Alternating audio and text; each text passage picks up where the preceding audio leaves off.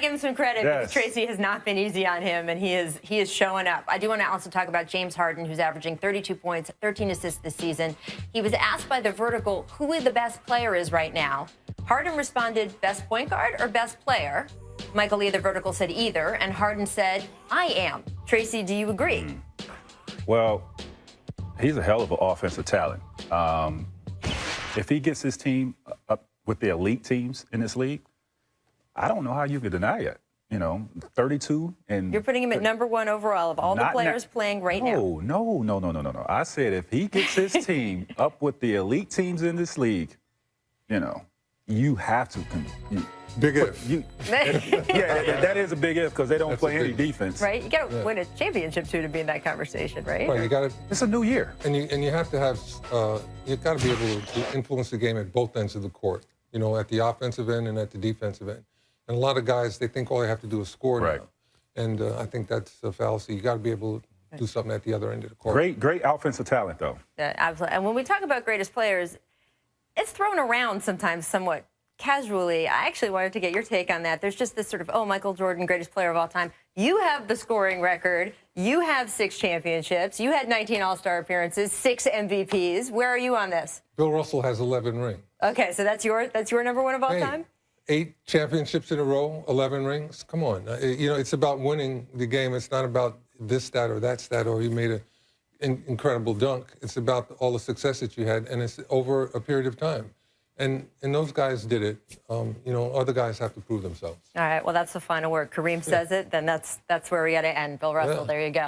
Kareem, thank you so much for joining us today. Tracy wants to shoot a shot. He's afraid you were going to block it there, but, Oh, yeah. See? Over Kareem. There you go. Before we go, I do want to send our condolences to former Bullet star Greg Ballard's family. He passed away at the age of 61. Those Bullets teams, those were the teams I first fell in love with growing up in Maryland. So it's a tough loss. 61 is very young. So condolences to everyone in Washington. And thank you very much for joining us. We're so thrilled that Kareem is with us. And not just because of his basketball greatness, but also his contributions to the greater American conversation. And that is where we're going to start today. I know a lot of you are watching right now because a basketball show is a nice way to escape from politics. And trust me, we are going to talk a lot of basketball. I mean, Kareem is here. But first, we're going to talk a little bit about this seismic thing that just happened in our country. Because sports and athletes do not operate in some separate space from the rest of us. They're not little Lego figures you just put in a drawer when you're not playing with them. They are affected by and react to the same world the rest of us do. And make no mistake, they are influencers of American culture way beyond the courts or the fields that they play on. Now, Kareem has experienced that firsthand. In fact, he's experienced so much firsthand, which is really in concert with what I keep coming back to here. Whether you supported Donald Trump or Hillary Clinton, this election was so all-encompassing, and last night was such a tidal wave that it's easy to drown in the right now of it all. But the truth is that history is long. Perspective is important. Sometimes things seem amazing, and then they fade. And sometimes things seem impossible, and then they get better. Just ask Cubs fans. Or we can just ask Kareem. Remember, he was part of those great John Wooden UCLA teams during the late 1960s, one of the most turbulent times in our country's history. In 1968, he was part of the effort to boycott the U.S. Olympic team over the treatment of Black Americans. And while the boycott didn't materialize, he didn't end up going to Mexico City. In the early 70s, he dazzled us in Milwaukee, changing his name to match his Muslim beliefs as he played right smack in the middle of the heartland. And while the country went through the upheaval of the Nixon resignation. And then in the late 70s and 80s, as a Laker, he was part of some of the greatest teams in NBA history, as once again, the country around him completely reshaped itself over and over again. Which is why, Kareem, I want to start with you. Given everything you have done, everything you have seen, can you give us perspective on everything over these past 24 hours? Well, we just have to realize that, there are ups and downs in all of this. And there are times when you feel really good about what's happening, and then there are times when you don't feel too good about what's happening. And we're going through those kind of times right now. What's it been like for you in the conversations you've had with people? There's a lot of disappointment in the decision. But what can we do? I think as people, we have to unite, stay together, and try to make the best of this situation. Yeah.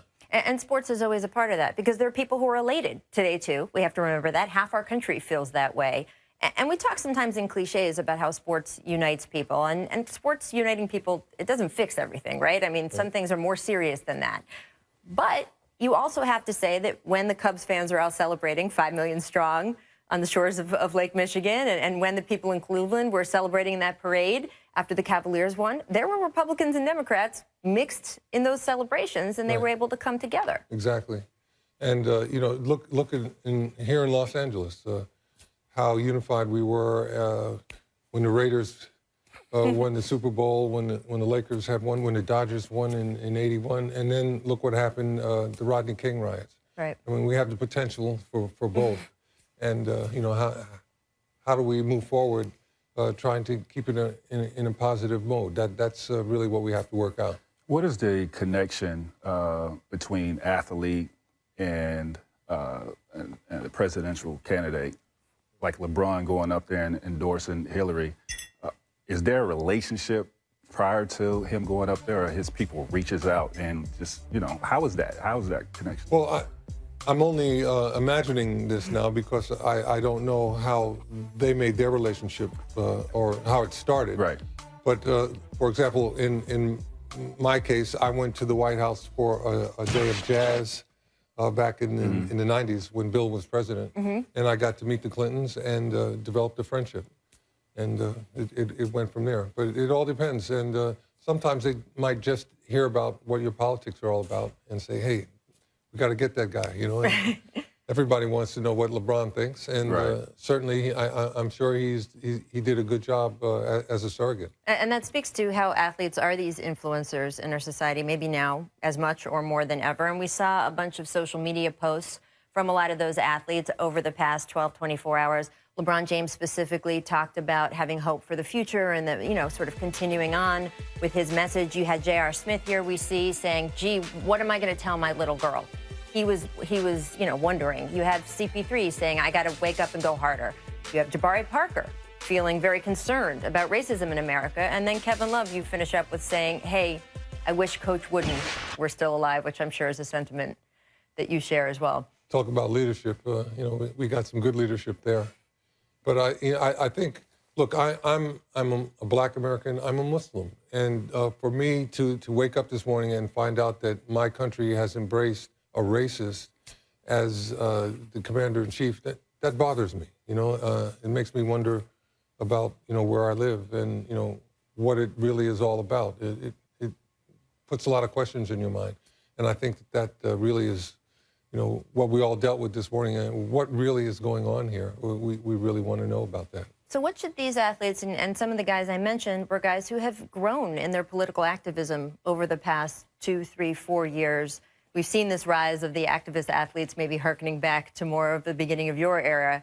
And I think some of them are sort of struggling, maybe publicly online, with what to do right now. Tracy, if you were LeBron James, if you were Chris Paul, what would you do sort of with yourself now that you have been politically activated the way these guys have? I think, you know, you have to continue to be that way. You know, just because things didn't turn out the way that a lot of us wanted to, we have to continue to unite. We have to continue to inspire our youth and let them know what they're still capable of doing. Be an inspiration to our youth. And we can't look down just because we disagree with, you know, what transpired last night. And we just got to continue to progress and move forward. And let's leave even last night's election aside. With that rise of athlete activism, we've been talking about it for months here. And I think they just showed the picture, Kareem, of you in that famous summit with Muhammad Ali in 1967. Carmelo Anthony used that photo at the beginning of the summer when he was sort of describing his desire to become more active and calling on other athletes to become more active. We saw Colin Kaepernick with his anthem protests and the NFL players who followed along with him. What have you thought as you watched, say, Carmelo make this statement, the guys up at the ESPYs, Kaepernick? What have you watched as you watched that unfold? Well, I'm really happy to see that the understanding of what you have to do in order to participate has started to spread amongst professional athletes. I'm glad to see them becoming involved. Michael Jordan has woken up from his long sleep. He's Yes. given some money to the NAACP Legal Defense Fund, and is getting involved. And we all have to be involved in this because we all live here. This is our country. All the people that voted yesterday are our fellow citizens. We have to figure out how to communicate with them and make sure that they understand what our issues are. And that takes. And I like to add this, that, I appreciate, these guys, being the influence that they are speaking out, speaking their mind, and speaking to parts of society that may not be paying attention to, the politics. Right, not as politicized. They're reaching people in different corners than, say, maybe a typical viewer who's watching CNN every day, maybe someone who's watching ESPN every day instead. Absolutely. Is a different kind of person, so that's important too. You mentioned Michael Jordan. I'm not going to let that go completely. We're going to break first. What did you think over the years as you saw him purposely decide not to get involved, and then recently when he did? Well, I thought it was unfortunate that he was so reluctant to engage in being involved politically, because that is his right. He's an American. He has the First Amendment says he can say whatever he wants to say, and have an opinion. So for him to not want to do that just because he was worried about his business, I thought that he really was limiting himself. And I'm glad that he's not doing that anymore. He has his opinions, and we'd like to know what they are. A lot of people would. And I'm glad to see he's taken the initiative to go out and start talking about these things, because people want to know. Yeah, absolutely. Did you ever talk to him about it over the years and try to get him involved? Because you were so involved yourself. I haven't spoken to Michael, I think, since he retired. Oh, wow. Okay. Wow. Are you serious? Yeah. Our paths go different places. You retire, you start to do the things that you always wanted to do, and often you don't see the guys. Yeah. All right. Well, Tracy, we got to get that on the calendar for the jump next year. We're going to have that panel going. Absolutely. All right. We got to stop there, but we have so much more to come here on the jump. And when we return, I'm going to ask Kareem about the, quote, demise, and I put that in quotes, of the big man in basketball. Has that been overstated? You might want to stick around for that one.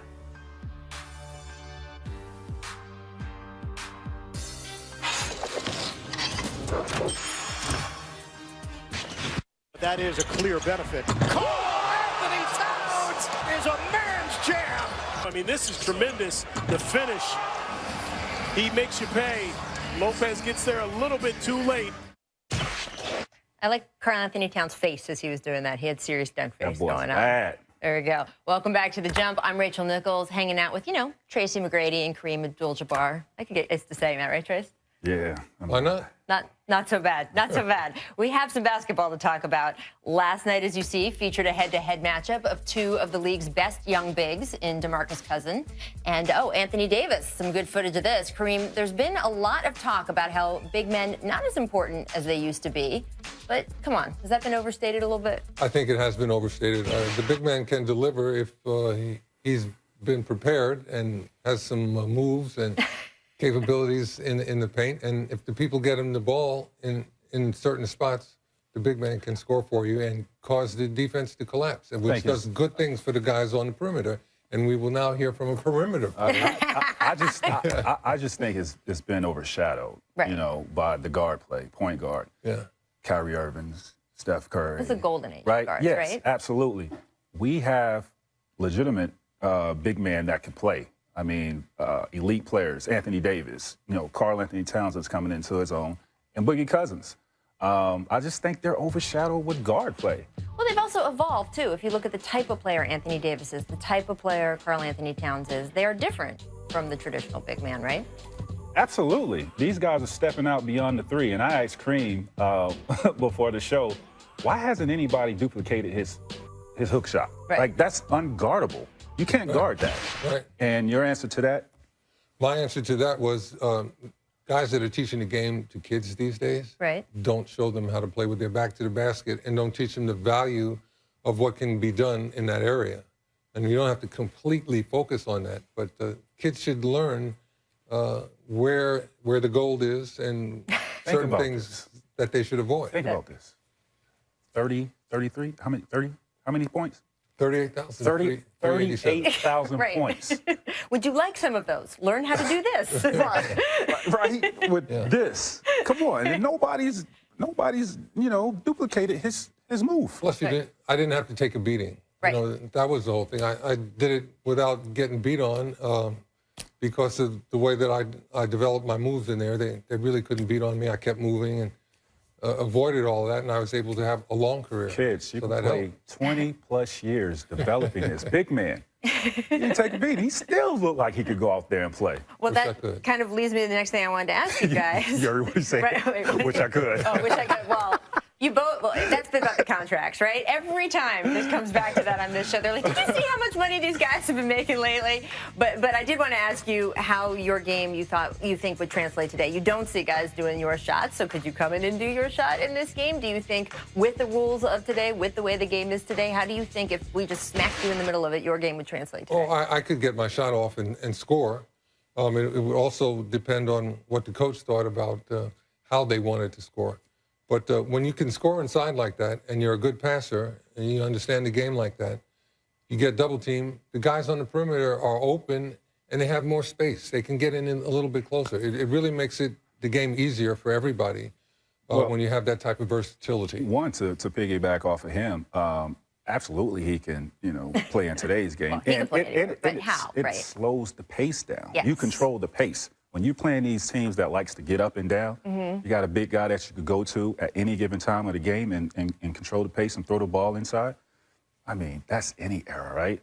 For me, Yeah, I was going to say, what about your game today? I can play in this era. These guys get up and down and shoot threes. I can remember a couple times where I had like 8 threes and a half against Right. And it'd be easier for you to get those shots. So for sure. When they're worried about what's happening inside and the high percentage shots that are being shot inside, you guys on the perimeter have more space to do your thing and look great. Yeah. I can adapt. Well, I have no doubts about either one of you, but I do think it would be interesting when you say, let's take this part to that part. What do you think about the state of the game overall, though? Because it is a very different looking game. And Trace, we've talked a lot on this show about, right. So that is the players' lament of the 90s, players of the 90s and the early 2000s is, gee, today is soft, because it obviously, the defensive rules are different, the checking rules are different. There's so much different about what they allow and what they don't. There's fans. And people like me who are just sitting here watching it would say, I like this style. I like watching the offenses go, I think the real essence of how the game has changed has to do with the three-point shot. Right. Okay, 1985, the best team I played on probably in my pro career, from the beginning of the season to the last game of the playoffs, we made 90 three-point shots. Steph Curry's boys. 400. No. In, what's it, 2015, they made 1,077 It's a slight difference. Do you like that? Which do you like? Which would you? I think the fans love it. Right. All right. And the kids learning the game, they love it. So, it's changed the game, I think, probably for the better. But I still miss the old stuff. Yeah, I love the pace of the game. Right. It's very exciting. We have, very exciting players in our game. I think it's over-officiated, right. A lot. But the pace and the style is very exciting for our fan base. It opens the game up to maybe a greater variety of kids wanting to play and feeling like they could play because you now have a greater physical, you can have different physical attributes and play in this style of today's game. I don't know. They were arguing about, Steph Curry and how he would have done against people like Oscar. But he couldn't have scored all those things because they didn't have a three-point shot. Right. Right. That's the math problem right there. Yeah, you have hit on the math problem we're talking about all the time. A little bit different. Yes, absolutely. Well, coming up, we're going to ask Kareem what he thinks of this year's Warriors. But first, we do want to look back on this date in 2007, our distant replay. Here's Iverson. Alley-oop to Smith. Oh, with the right hand.